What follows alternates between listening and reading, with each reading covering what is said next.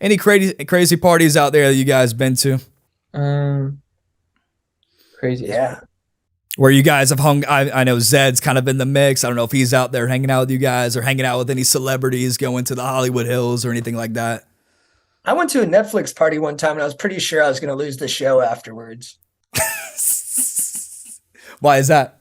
I just got too fucked up and I acted an idiot. I was like in a jacuzzi with like 5 people of color defending white guys. I was just an idiot. I was just on a lot of drugs. And I was like, I didn't even mean what I was saying. I was just trying to be like interesting to them and different and like seem bold. And then I woke up the next morning. I probably called Chad and was like, I gotta text him, I gotta email somebody and say sorry. But they were all on drugs too, so it was all fine. That's all. Yeah, no one really remembers at the end of the day, right? Next day. No, they were saying nutty stuff too. It was just a bunch of fucked up people. What about you, Chad? I'd say the craziest parties were in college, but Where'd you guys go to college? I went to Santa Clara University up in San Jose. Wait, what about when we wrapped what about our last day of shooting when we were in Vegas? Oh, dude, good call. Okay, so yeah, so we our last day shooting was in Vegas. JT, if you remember the scene where he gives the speech at Zed's Yeah. at Zook nightclub and at Resorts World. So after that, we just start, Red Bull vodkas raging, like because it was our last day shooting. We're like, I'm getting fucked up. So we're just drinking Red Bull vodkas. Next thing I know, it's like this started at like 3 a.m. So next thing it's like 7 a.m.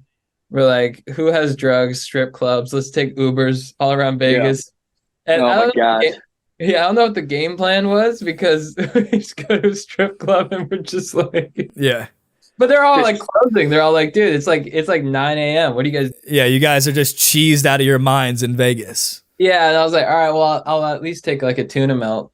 And then my buddy, the director, and I, we just got blacked out, and we were at a bar in the casino like 10 a.m. just still drinking.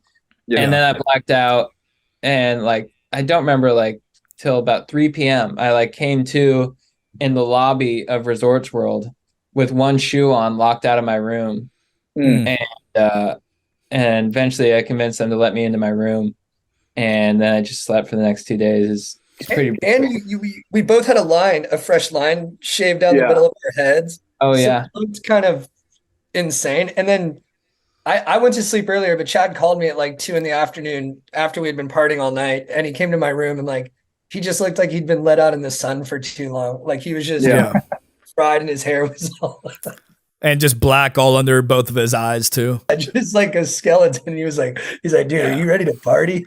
Yeah. I was like, but like we had so much. We were like good boys for like the 3 months of shooting, and then you finish, and like I think we earned it. We were just like, let's totally empty the tanks. Yeah. You check your messages after 2 days, just phones blowing up. You're like, damn, I fucked up, dude. That's the worst feeling. It was the first time I could hear myself on the phone, and I was sober enough to remember, but I was drunk enough. I could hear myself talking with a slur, like slurring my words. I'd never had that before. I could hear myself being like, what are you up to?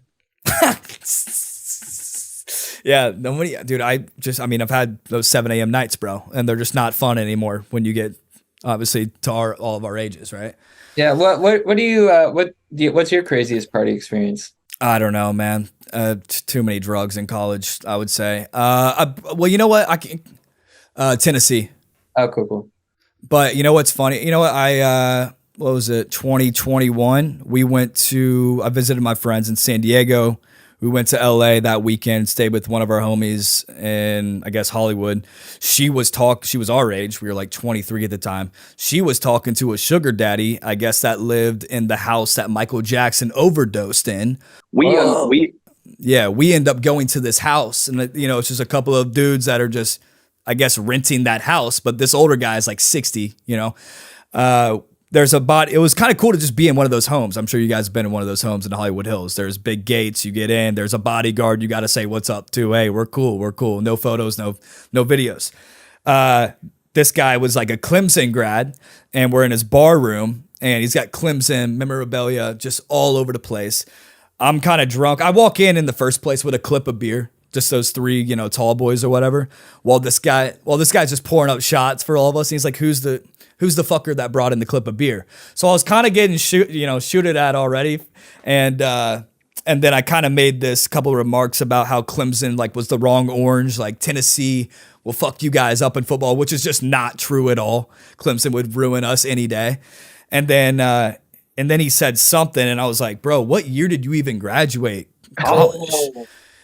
And I honestly didn't even mean it like that. I was just a little unsayable thing, dude. That's the unsayable thing to the sugar daddy, dude. I know, bro. And he looks at me, the whole room is silent, and he just goes, I think he said long ago enough or something like that. And then he told me to get the fuck out of the house.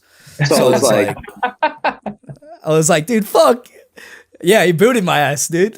Yo. Damn, dude.